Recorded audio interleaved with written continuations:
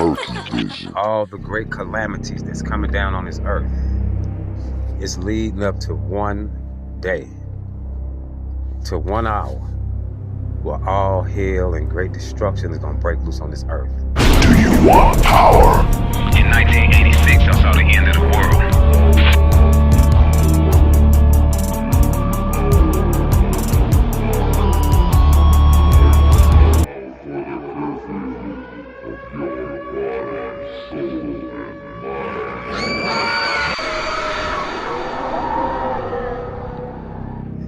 The wind's gonna be hundreds of miles an hour, if not thousands. By then, most people that are still alive is gonna be homeless, walking with bags. A lot of them gonna be wading through water up to their armpits. Now remember, this is after all the wars and stuff like that, after America get invaded. And when America get invaded, UFOs gonna join in that fight against America. In America. So it's past all of that. You know, when they try to run to underground bunkers and all that kind of stuff, they gonna get ran up out of them underground bunkers. This is all after that. By this time, over half the people on earth gonna already be deceased. Over half the people of this on this earth gonna already be deceased. The other people that's left, I say a third of the earth gonna be left. Those people gonna be fighting for their lives against the weather itself. Storms gonna be so horrific, like off of Mars or something, another planet.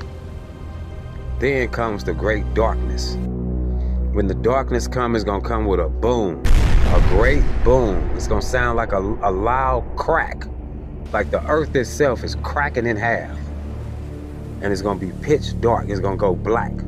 No sun, no moon, no stars, no none of that.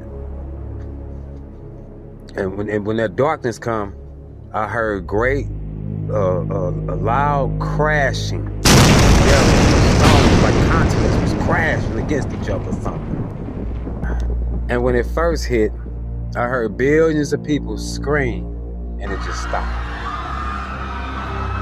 I don't know how long the darkness lasts. But in that darkness, everything that wasn't destroyed up till then gets annihilated.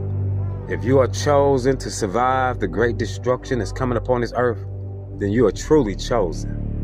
Not like on the internet now, everybody talking, you the chosen one, are you the chosen one? We the chosen one. Everybody the damn chosen. No, y'all not the chosen ones. Matter of fact, if you want the truth, you are the worst generation to live on the face of this earth since the flood of Noah. Some say since the creation.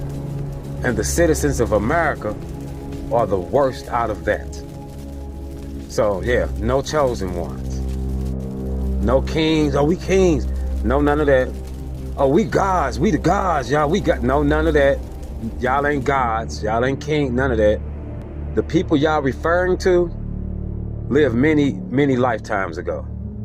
That's not talking about y'all. Those people had a different standard of just living and eating and existing.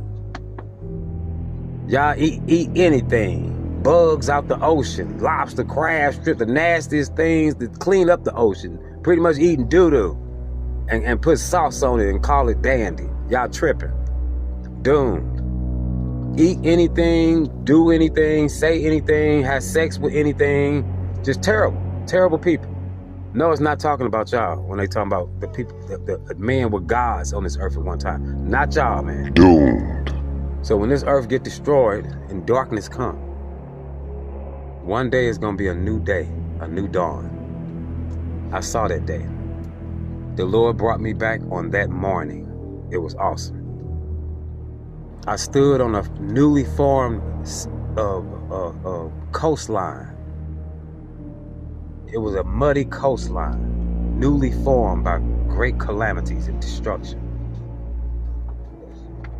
That coastline was jaggedy and was made of neighborhoods that just went down into the water with the roofs ripped off and just overgrown with weeds and stuff.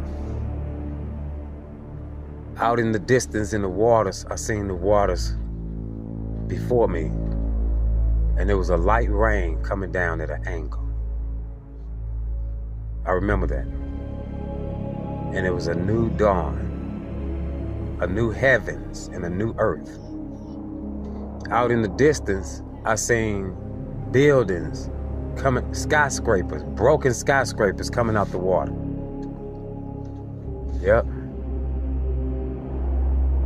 Then the Lord allowed me to live during this time, right after the earth get destroyed, with some survivors in a small village that I call the Muddy Town. It was a piece of land that was above the waters that flooded. So it was a piece of land that just didn't get flooded. The waters that flooded in, this is just what stayed above top. Now, in this town, if I turned behind me from this coastline, I would go down a hill. And it's all muddy with disaster on either side. And it's a store on the left-hand side, like a little shack made out of makeshift wood. Well, an old man worked in there, and he just gave out stuff. You didn't have to buy it. He'd give it to you or trade you for something. And it was stuff he used to get when he used to go out to those skyscrapers out there in that water. But it was real dangerous out there because it was real choppy around those buildings. It was like whirlpools and everything out there because of the stuff under the water. Like it was a whole city under the water. So I guess it made whirlpools everywhere. It was real dangerous. He would go out there and get little knickknacks and stuff, like just whatever he could find, just random objects, and bring them back. Pencils, containers of any sort, any type of glasses, things like that, cups of glasses. That's what they used. They used stuff that they found. I went down to the little town. It was about 4 houses down there. And maybe 20 people stayed there. This post-apocalyptic world, in this post-apocalyptic world, they was trying to survive and rebuild. They had like a house that was made out of just pieced together wood. And there was maybe 2 or 3 of these, one in the back. And they used to have these crates of wood with bottles in them of all different colors and sorts.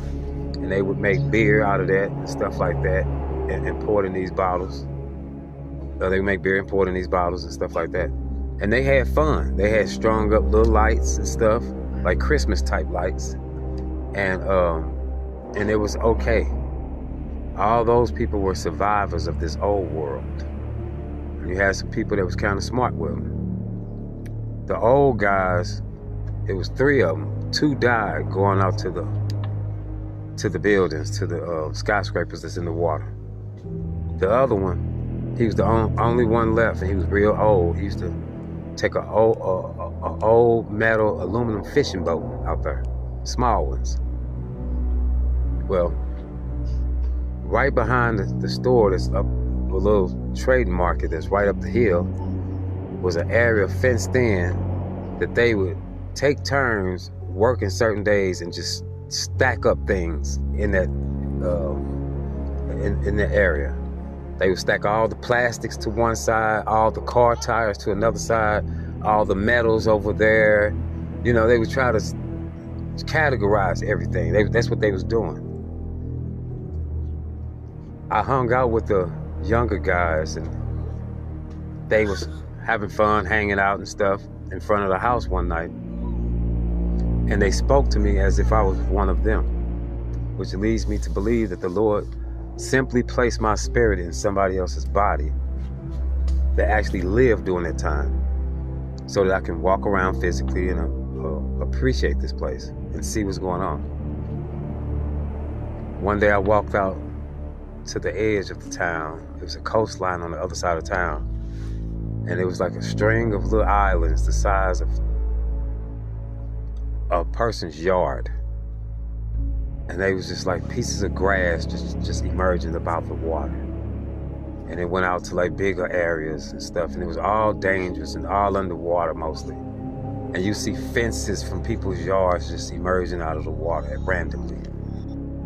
Then they said they wanted to talk to old Miss, what's her name? I forgot her name. It was this old lady that stayed up this hill. This winding hill. It was like a cone, the hill was. We walked up there spirally, going around this hill all the way to the top. This older lady lived up there. She had long hair and she was kind of heavier. And they said she used to always talk about her father, who warned her about everything to come, but she didn't listen. And she would talk to herself, and she was an artist, and she was real artistic. And she had all different colored glass in her window, like different glass that they found, just so the sun could hit it and produce color light. She had beads hanging from the ceiling and a real cool vibe going on. But they said she used to always speak about her father. And she said she never really took it, seriously like she should. And they asked her name. I asked her name and they told me. And the girl the old woman looked at me. And when I looked at her, I realized that was my daughter. Yep. That was one of my daughters. And they actually know these things. And when revelations like this is given to me, they are always correct. Everybody in that town is going to pass away within the next 5 to 10 years. And the only people that's going to be left from the world before is babies, children, that's going to grow into little kids. 9, 10, 11, 12, preteens, that's gonna live far away in a tropical island cluster, a cluster of islands, some of them so small you can hop across, others larger. These are the children of the promise. These children here will become a great nation and a kingdom, and they're gonna rule the world forever after this. Murky Vision. In 1986, I saw the end of the world.